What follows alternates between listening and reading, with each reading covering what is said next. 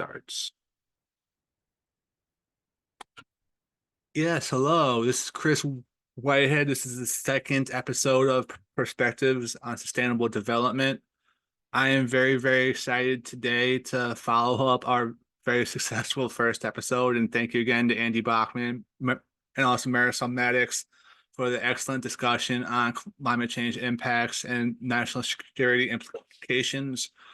Today, we are going to be talking about one of my personal favorite topics, environmental justice. For those of you who've been following the show to date and know my background, I've been environmental consulting for about 20 years now, focusing mostly on air quality work. I got into EJ stuff about 4 or 5 years ago when I first started hearing what New Jersey was going to be attempting. And when I caught wind of the environmental justice law and quickly understood that it was going to be groundbreaking on many, many levels, and just kind of got obsessed with the idea of trying to find my way and find my path, how to help on these issues. So that's how I found myself here today. And during the span of the last couple of years, I've been fortunate enough to pick up colleagues and friends along the way who are also involved on environmental justice and doing their own things and shining through on a lot of this stuff. And I'm very, very fortunate to have a couple of them here today. Again, this podcast was started because of a need I noticed as I did compliance work for industrial sites and stakeholder engagement, that there was a absolute need and thirst for more education on these topics and just a better way to do engagement. It's been polarized for far, far too long, and the established models of comment period to comment period, giving the public brief 2 minutes here and there, just has been building distrust. And over time, that multiplies, and we get to be where we are today. I've always held that if you have conversations like we're going to hopefully have today and get to challenge a couple of these points, hear from different people's perspectives, you get further on these topics and more gets accomplished objectively based on numbers, trying to actually reduce environmental impacts and benefits and actually get some benefits here to public health. Introducing Arielle King, the new assistant director for the Civil Liberties Union, and she will correct me, I am sure, because I botched that. And also Julius Red, partner in environmental justice and environmental sustainability for Beverage and Diamond. Welcome, both of you. Thank you so much for having us. Indeed. Absolutely. Thank you much for inviting me. Always a pleasure to share the stage with Arielle. Absolutely, absolutely. As I alluded quickly in my open, I've been following you guys for a couple of years now. We've had our interactions on LinkedIn, calls back and forth on various topics, but it's been a lot of fun to watch what both of you are doing on these topics. So if you want to just quickly give a bio on each of yourselves and how you got into doing environmental justice work. Sure. Goodness, how I got into environmental justice work. I grew up in an environmental justice community. I'm from upstate New York, from Albany, but specifically the south end of Albany, which has the highest asthma rates. It's a food desert, the lowest access to green spaces, just all of the typical characteristics that you would identify in a environmentally disadvantaged community. And I realized very quickly and very early on that there was a very different experience that I was noticing in my neighborhood versus the white neighborhoods in my city. And if it weren't for the love and nurturing and support of a mentor who worked at the Department of Environmental Conservation for New York State. His name was Brother Youssef. He has since passed. I always love to call his name whenever I get the opportunity. He made it his mission to bring young people outdoors. And so through him, I was able to cultivate a love and appreciation for this planet. Later on in school, I learned that I didn't have to just pursue environmental science. There was a whole social element that included people that was possible to pursue. And from there, I kind of decided that that was going to be the path that I wanted to dedicate my life to. So in undergrad, I did environmental and sustainability studies, and my senior thesis was on the Flint, Michigan water crisis, which was really the first time that I heard the term environmental justice. And it was the first time that I was able to do a deep dive into the history and legacy of environmental racism in the United States and what happens in post-industrial cities, what happens as a result of poor environmental governance, just all of those things. I think, the Flint water crisis is such a unique experience and such a unique example of environmental injustice and all of the impacts that that has had on the way that we talk and think about environmental justice since. From there, I went to grad school focused on environmental justice. I got a master's in environmental law and policy, and my law degree is also focused on civil rights and environmental law. In law school, I helped create the first environmental justice law society in the country, and I helped found our environmental justice clinic at my law school. From there, I went to a environmental legal think tank, the Environmental Law Institute, and worked as their first ever environmental justice staff attorney. Yeah, as you can tell, environmental justice is kind of all that I've been up to professionally and academically. And so much of this work for me is grounded in an understanding that we can't achieve any of this unless we are including everyone in solutions and prioritizing those who have been most harmed and most marginalized first. And so, yeah, my new role, I quite literally started it this week. I'm super excited. It is at the New York Civil Liberties Union. So I'm the assistant director of their new Racial Justice Center, where we're focusing on environmental justice, Indigenous rights, and reparations as our first main 3 topic areas for this new center. So yeah, that's a lot of words, but that's a little bit of my story. Yeah, thank you so much for having me, Chris. Absolutely. And that's hugely exciting work. And there's a little bit of background. Arielle and I were first introduced by Jeremy Orr, who's going to be on this podcast again in a couple episodes. And I thank him every time we chat because it's been great getting to know Arielle. We've done a couple of things before, and I definitely look forward to more in the future. Julius, you? I thought you liked me, Chris. You made me go after her. That's a kind of tough act to follow. It's true. But I guess the question is how I got into practicing EJ law.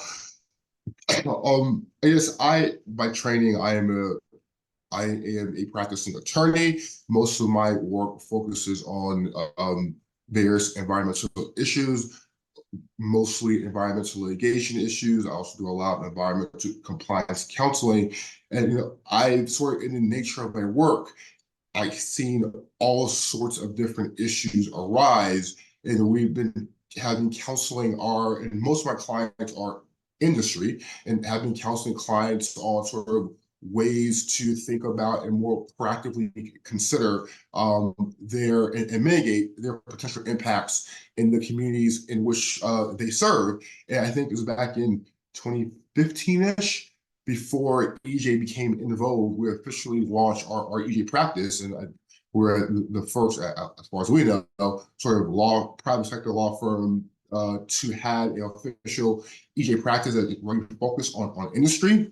Of course, we have been doing that work for decades, but we just sort of formally launched the practice then. And what I really like about practicing in this space, while it allows me to sort of still service the needs of my clients in the industry, I'm able to counsel them on perhaps thinking about how they operate a little bit differently, thinking about how they can still be profitable, they can still operate their businesses, but how they may proactively implement strategies to mitigate the potential impacts of their operations on the communities in which they operate. And I'm definitely happy you brought that up for the industrial aspect of it. Being a consultant, I'm obviously hired largely by industrial companies too. And in my time, just to be honest, there are some who are very good on top of the game, and there are some who are not as much and don't quite fully understand the benefits of being proactive. Of course, not speaking about anyone in particular, because I wouldn't do anything like that. but you want to touch on a little more, either one of you, the benefits of being proactive on this stuff and not only doing what the letter of a compliance law or regulation actually states. Because I try to I advise folks, it's like, hey, you'll actually benefit if you go a little further, if you open up your comment period longer, do continuous improvement, that type of thing. But then again, paraphrasing, certain people will say, oh, it doesn't say that, I don't have to do that, I'm not doing it. Yeah, so we certainly run into some of that, Chris. But I think, companies are, under the law, companies are defined as people. We'll leave that debate for another day. But in essence, companies are run by people. And I think for the most part, people want to do the right thing. I agree. I think Maya Angelou has a great quote that says, do the best you can until you know better. And when you know better, do better. And I think so one of the sort of, regardless of what happens in an election in a few months, one of the enduring things I think about the Biden-Harris administration is they really introduce the importance of environmental justice into sort of our national thinking, our national understanding. And now that sort of companies know better, I think for the most part, companies are willing to do better. Sometimes the frustration that they run into when they sort of call me or my colleagues is they don't always know what that looks like, what that means, what they should be doing. And we sort of try to provide guidance in that direction, depending on what the problem is, what the issue that they're looking to sort of overcome. But I guess more pointedly, why they. So I think it makes good business sense to sort of proactively consider environmental justice. Now, but in this administration, we have the federal regulator as a key driver. That may or may not continue. But regardless, I think we'll probably get to, there are many states that are driving this as well. And then there are any number of key stakeholders, both internal in the company, external stakeholders, from institutional investors to rating agencies to customers, who are really demanding that industry do better in this regard. So there are any number of really business reasons. It not only makes sense for like the human perspective to be a good corporate actor, but for reputational brand and reputational reasons, it really sort of makes business sense to sort of challenge the way how things have always been done, and sort of think how can you more proactively consider environmental justice, particularly if it's already. Sometimes what we find with clients is they are already doing a lot of things to practically consider environmental justice. They just had never thought about it that way. So sometimes it's just reframing how you think about what you're already doing, and clearly sometimes it's sort of doing things differently. And we try to counsel clients with respect to that. Absolutely. And that's something we get into as well. And partially just documenting things done to date. And again, just focusing on ways to be more transparent, to be more open, and to, it's become a buzzword, but build partnerships within the community. And if you just start doing this work, you can tell the people who try and genuinely and those who are not. But very quickly, and I definitely want to get to Arielle after this. I spoke to a chemical company in Philadelphia a couple years back about all this stuff and was essentially laughed out of their own. They called me back 18 months later, and all of a sudden, hey, we want to do something about all this stuff. So that type of thing gives me a lot of hope that more objectivity and more traction will be gained on these issues. I've had a similar experience as well. I recall 2015-ish, around that time period, a colleague and I sort of fought our way into this particular organization, as a trade organization, not a particular company, and we sort of gave the spiel that we used to give back then, sort of trying to convince the industry why it's important to consider environmental justice. And sort of at the end of our presentation, someone sort of asked their hand, or raised their hand and asked the question, so why again should we be doing this? Is that required by any law or regulation? And we kind of look at each other like our entire reputation is went over your head. About 2 years later, that organization was calling us, asking us to give another presentation and speak on EJ and why they should be sort of considering it now. Absolutely. Absolutely. Cut. Yeah, and I think that's so interesting, and it happens everywhere. I mean, I think all three of us have like multiple examples of that occurring where, you know, we were trying to justify the need for environmental justice years ago, and now those same folks that were like not understanding are like, oh, well, we need your help. We need to understand. And I think that part of that is because um these types of decisions or shifts in the way that a business operates, it has to make good business sense. And if it doesn't, then it often people believe that it should be required in order for action to really be taken. Something that we've seen is that there is a tremendous incentive in engaging with communities early and often, in just like business development, especially construction of new facilities. Particularly because if there isn't that like frequent and, you know, present communication, then there's a possibility of lawsuits later down the line. There's a lot of challenges that might arise if there isn't active and engaged community participation in these processes. And honestly, like that's what environmental justice is all about, right? Like providing opportunities for those who will be impacted by decisions to be involved in the decision-making process and to provide the tools and education necessary to create opportunities for self-determination. And so, yeah, I mean, it does make good business sense for these companies to consider environmental justice. And I think with the increased pressure of ESG reporting continuing to rise, there's even greater incentive now. And I'm excited to see that there's also like at least within certain industries, there's a development of industry standards for like what doing environmental justice work looks like, even without like federal mandates or, you know, laws that are put in place. So it's a really interesting and very unique time in the environmental justice space right now. I absolutely agree with that for a lot of reasons. And I get asked quite often, something that Julius kind of alluded to before, if the election doesn't go a certain way in the fall, does that mean environmental justice is just going to be gone next year? I obviously know both of your answers to that, but first, Arielle, do you want to address that?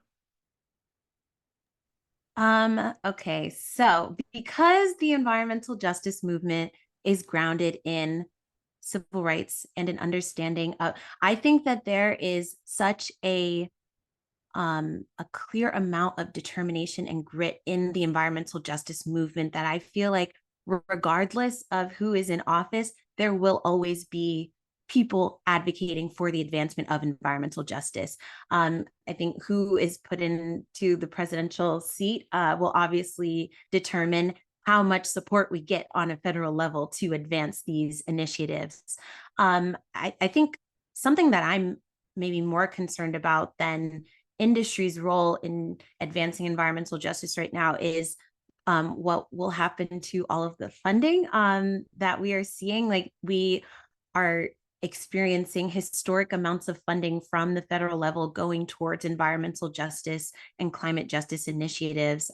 What will that look like moving forward? I think that there may be gaps if we do not have a desired outcome in this upcoming election. And so I think something that I'm thinking about right now is like, how can those gaps be filled? Can they be filled by like the private sector? Is it the role of philanthropy to help supplement these gaps? Just these are the things that I think I'm more concerned about currently as it relates to the election. And also, those are the subtopics that if you start doing this stuff every day, you find yourself just thinking when you're grilling hamburgers or whatever the case might be, just kind of going in the back of your mind. Julius? I mean, my short answer is no. I don't think sort of EJ is going away anytime soon. The federal government is just one driver. I think it's a key driver, and sort of we've seen in this administration. But sort of, I enumerated some before from the state level. There states that have sort of statutes with regulation on the books that aren't just going to magically disappear. There are communities themselves now that they sort of, I think, allow to feel empowered. They sort of have more tools now available to advocate for themselves. So they will be sort of key stakeholders that will still be around. They're not going to go away either. That will still be advancing proactive consideration of environmental justice. Institutional investors are a huge driver that we see in private sector, that now that they have sort of understood the importance of this, they're still going to be, I think, pushing companies to sort of continue in their efforts to proactively consider environmental justice. So yeah, I think we have sort of reached a point where now that it is, I think the importance of this topic is sort of more broadly known. There are more sort of stakeholders beyond just the federal government that's going to continue to ensure that these issues remain important. Absolutely agree. Absolutely agree. And both you touched on this a couple of times already, but I wanted to spend a little bit of time talking about public engagement. And I touched on this briefly in my open, but historically, in my opinion, it's been transactional, built around public comments. 30-day windows, you have a couple minutes to speak, and that's that. It's over time and time again, it's proven to be a faulty model, but it's hard to change things. I think we'll all probably agree that, and I've gotten a lot of feedback over the last couple of years, again, paraphrasing, obviously, but why should I give this community group all this documentation that they're asking for? Because whatever I give them, they're just going to take out of context and spin it around and basically try to do anything they can to make me look bad. And what, in my opinion, you end up with that polarization. It just doesn't help anybody. I try to say objective transparency, put it out there. Every site has good, every site has bad. I have something to work from. I'm just kind of curious if you guys want to comment on that generally. Sure. Yeah, I'm trying to think about the best thing to contribute to this. I just think that yeah, community engagement is a practice, and it's something that requires practice. And the systems that we currently have in place for community engagement are extremely limited and generally do not build in time for adequate and sufficient education on whatever the proposed rulemaking is. And I think that is a tremendous challenge. Often there are limits to people's involvement, whether that be a lack of understanding, a lack of time to be able to respond within that 30-day window. I think one of the most glaring examples of that is what happened with the Willow Project there up in Alaska.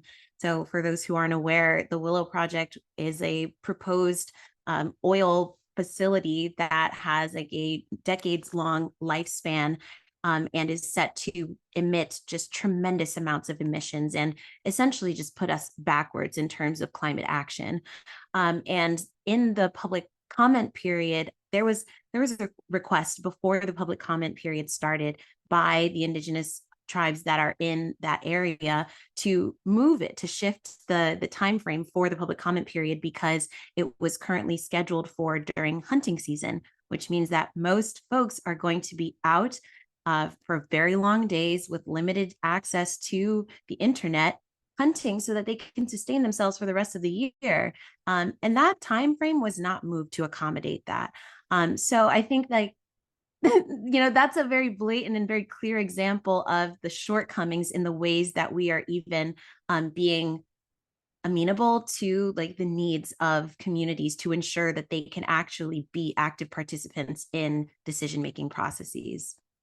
That's a great example, and I think kind of touches on the importance of doing a social baseline to understand what's going on in the potentially affected areas. Julius, do you have any thoughts on stakeholder? So, I mean, I think fundamentally, you want to build trust with the community in which you operate. I don't advise my clients, typically, to just engage in a transactional approach and sort of just view their presence in a particular community as just, we want to get this one permit approved, or want to get this sort of one piece of infrastructure built. You want to have sort of, we always say meaningful engagement, but you really want to sort of have two-way communication with the communities in which you operate, so they can sort of be heard and you can take into account their concerns in your project. Uh, I hear you, Chris, and sort of often, and it's a valid concern that I think industry rightfully has, that sort of their sort of proposed plan or projects may run a risk of getting used against them, and that's certainly a valid concern that you have to sort of be thoughtful about, and think through, and have a sort of overall strategy to be able to sort of overcome that. But I think more often than not, when you're transparent, when you have built a meaningful relationship with the community, I have found, and we have found in our experience, that often those community members are your biggest advocates. I have multiple examples where sort of outside forces, not from the community, have sort of leveraged the phrase environmental justice to oppose proposed projects in particular communities. But that particular project proponent had boots on the ground in the community for long time, really got to know people, got to understand what their concerns were, what their fears were, and sort of sat down with them and sort of discussed with them what the project may mean for them. And that local community, and the two examples I'm thinking of, were the biggest proponents for the project. They wrote the letters to the regulators, sort of advocating for the project, so sort of enabling those projects in those instances to move forward. I think if you engage with the community in which you're operating effectively, they can often be your biggest supporters, and you can often avoid oppositional mode, those lawsuits that we have sort of been alluded to. Is really keep building that trust with that community. No, I think that makes a lot of sense. And it's funny, I'm kind of smiling to myself here as I'm listening to both of you. I'm nodding a lot, but unless anyone actually watches the video, they can't tell I'm nodding. Um, but I think an important point too is that no two EJ areas and no two communities are like, and a lot of times there will be special issues or special concerns in those communities based on the industries that are there, or based on, of course, the industrial history. You touched on it a little bit earlier, Arielle, but can you talk about your history with the Flint water problem, and have you noticed over time any marked improvements in what's happening there? Oof. Okay. Well, short answer, there's been some progress, but certainly not enough. To date, there has not been a 100% replacement of all lead service lines in the city of Flint. This water crisis was deemed a emergency situation 10 years ago, like literally April of 2014. And the fact that it, of all the like environmental injustices over the last decade, 2 decades, it received the most amount of federal support. Like President Obama at the time just required every single agency to allocate at least some portion of funds to go toward aid in the city of Flint. And yet there still is not sufficient completion of and remedies to all of the harm. When I wrote my senior thesis in 2017, at that time, every child age 5 and under in the city of Flint had been contaminated with lead poisoning. We don't even know what the true impacts of that will be 10 years, 15 years down the line. one of the biggest challenges that kind of brought about this crisis was the fact that the state of Michigan has something called a emergency manager rule. So essentially, if a city is not doing well financially, the governor has the authority to appoint an individual who acts as an emergency manager and supersedes the authority of the mayor, city council, all of the people who live and work and have a vested interest in this city. Their power is completely thwarted by someone whose ultimate goal is to ensure that this city goes into the black financially. And that is why the water was switched to the Flint River instead of Lake Huron, one of the Great Lakes, one of the largest clean bodies of water that we have that are is a reliable source of clean water for a majority of this country. And that's what started the Flint water crisis in the first place. Something else that's very notable in the crisis is that there were mothers who were complaining about their children having rashes after their baths and things of that nature for quite some time before it gained national attention. And it wasn't until there were scientific studies that indicated that students' blood levels were extremely high. That was being done by a local pediatrician. A group of students from Virginia came to Flint to start doing water testing. And if it weren't for all of this scientific research and study to back up the lived experience of those who were dealing with the water crisis, we probably wouldn't even know the full extent of how and why this happened. And this is something that occurs a lot in the environmental justice space. And the need to validate lived experience by backing it with science, because there is a disconnect between allowing narrative to be sufficient for people being able to talk about their experiences. And so that's why it's so important that we have things like the Toxic Waste and Race report that was created in the mid-'80s and was the first national study to prove that race is the single most significant indicator of a community's proximity to toxic or hazardous waste or sanitation. And 20 years after that report was created, there was an updated report that said that it had gotten worse in 20 years. And so, but before that report was done, there really wasn't a national study that indicated something that was very clear to the communities who were being impacted by environmental harm, that their communities were being impacted disproportionately compared to their white counterparts. And so I think there's a continuous need to ensure that we are figuring out ways to validate the lived experience and expertise of those on the ground. And this is something that Julius alluded to. There is a level of expertise.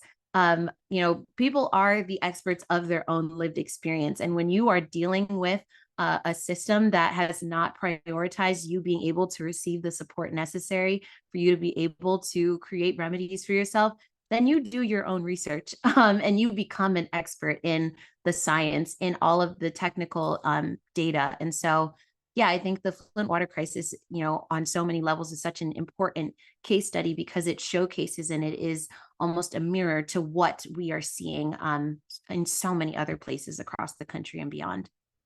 I'm happy you mentioned that final part there too, and thank you, that was great. But unfortunately, as states started to look around more after what was happening in Flint, they started finding more and more lead pipes in their own jurisdictions. And unfortunately, doing a lot of these infrastructure projects, even without the other stuff you mentioned, can take quite a bit of time. So compound both of them, you end up with where we are today. And just quickly, before I go, Julius, when I first started to actually learn what environmental justice actually was, not just the definition, but like how to identify this. The more you look around, the more you will find it in many, many different types of scenarios. Almost no matter what urban area you look at, there will be examples of it. And it's not just urban, but Julius, switching gears a little bit too. Very recently, EPA came out with PFAS legislation. It's been talked about for quite some time, but the levels they chose were extraordinarily low. Many would say, And unfortunately, given industrial histories, if you look around for this stuff, you're going to find it most times you look. Is it reasonable to expect untangling all this and rectifying the PFAS issue is going to take quite some time? Yeah, I mean, I do think addressing PFAS from a sort of global perspective is going to take lots of time. There's certainly a lot of activity on both the state and federal levels. There's any number of proposed regulations related to PFAS and other substances under. I'll try not to try not to get too locally, and two, try not to use too many acronyms. We know that the federal government loves its alphabet soup, and in environmental law, we sort of double or triple down on that. So within recent months under CERCLA, the Superfund law, there's been a proposed, EPA has proposed a rule to designate certain PFAS compounds as hazardous substances under CERCLA. There have been at least two that, off the top of my head, rules related to designating certain kinds of PFAS as hazardous waste under RCRA, the Resource Conservation Recovery Act, which deals with solid waste. With respect to CERCLA, sort of two matters that I'm working on in recent months, where it's called the PRP group, the potentially responsible group, has proposed settlement agreements to my clients. And sort of both of those settlement agreements, they included provisions sort of reserving the right to reopen it, for lack of a better sophisticated term, the settlement agreement if certain levels of PFAS are found.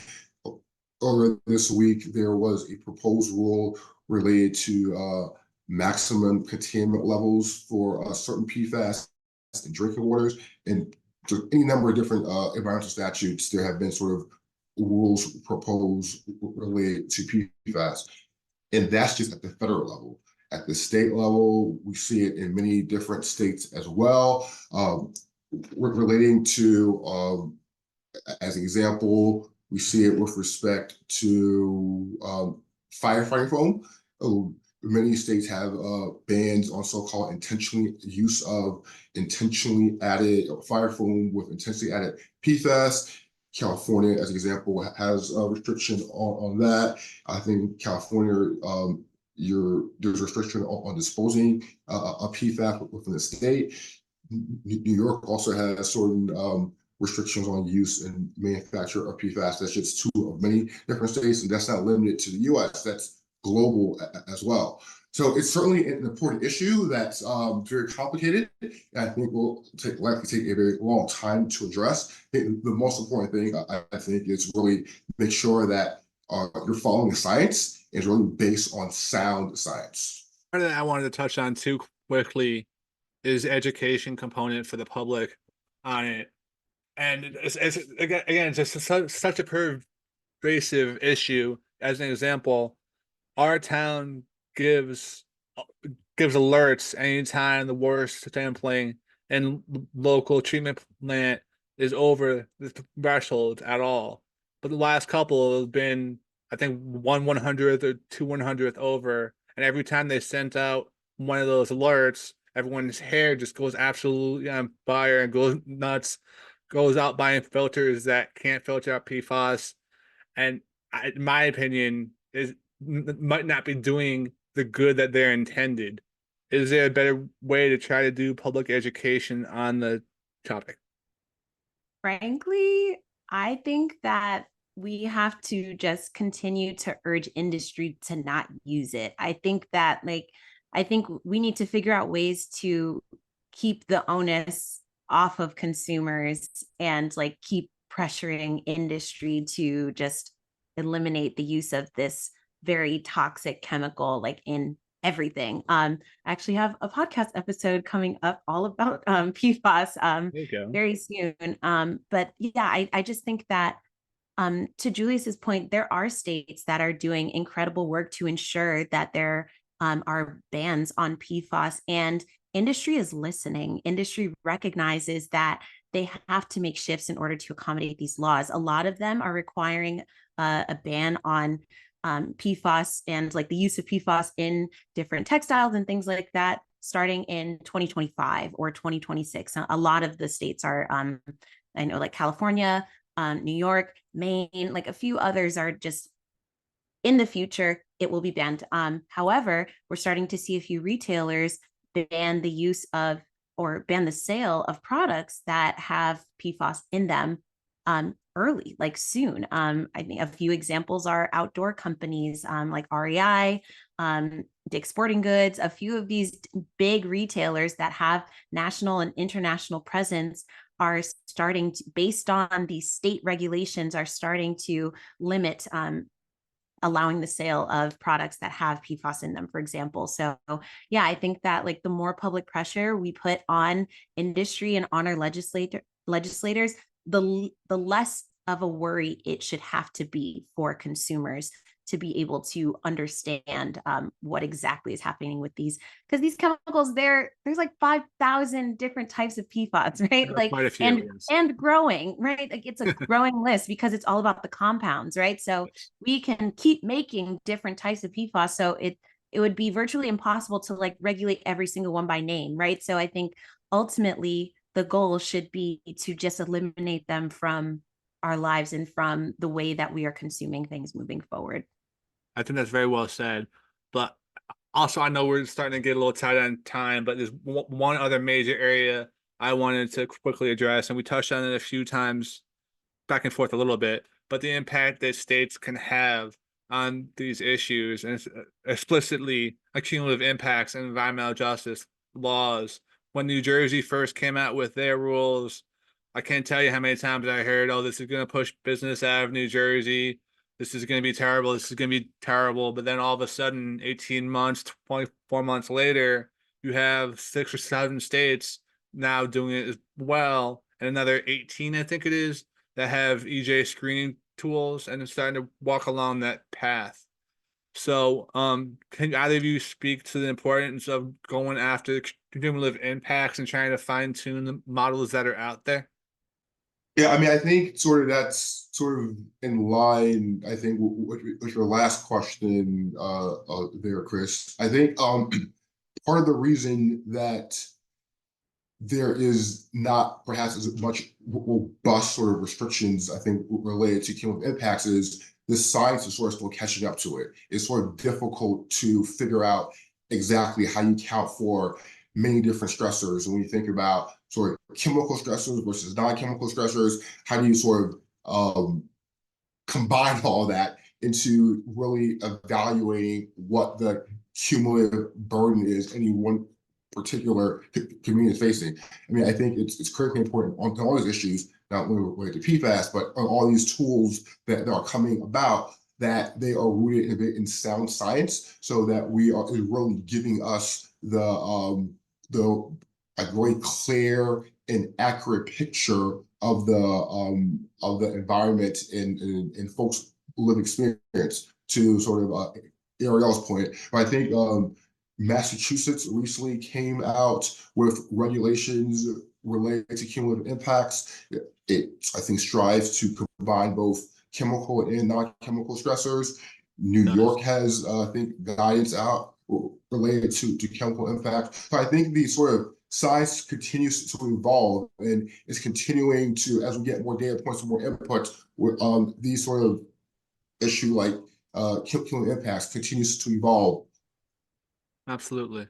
Absolutely. And a lot of this is complex stuff, though. Like, both of you are environmental attorneys. I almost became an environmental attorney. Then I went into policy and regulation. What can the general people or the operations guy in a plant somewhere, where can they go to try to learn more about these issues? Like, what trusted sources are out there that are available for anyone who wants to hear more?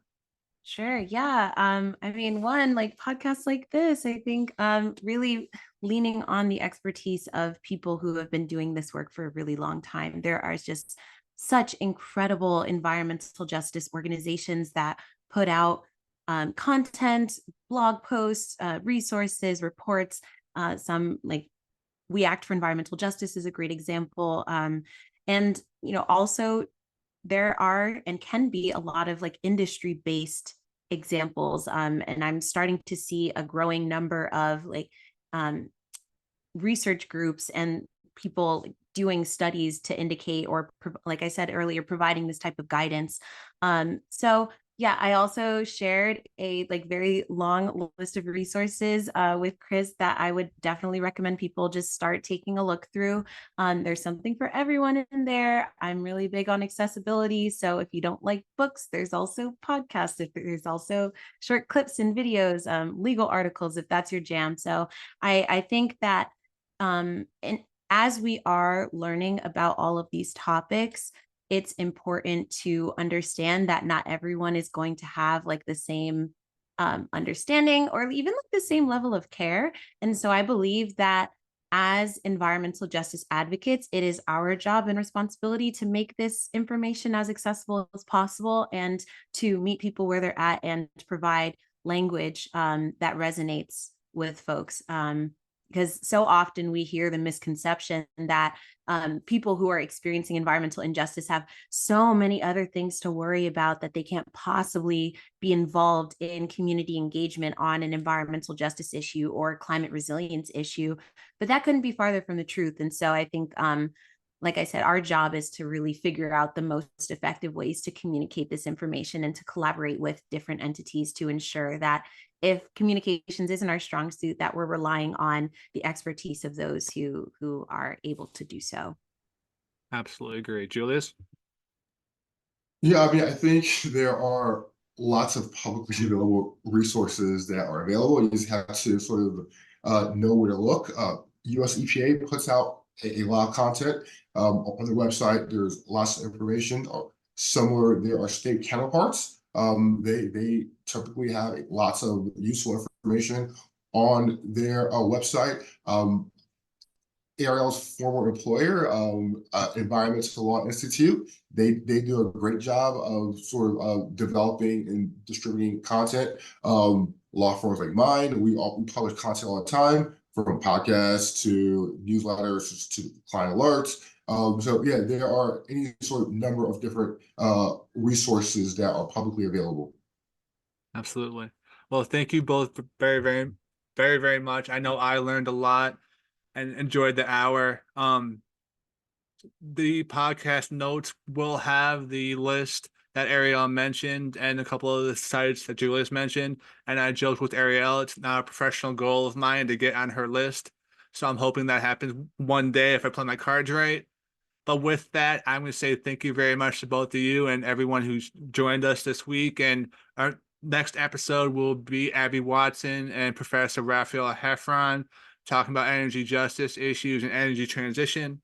So with that, thank you very much. Thank you. Bye, everybody. Thank you much.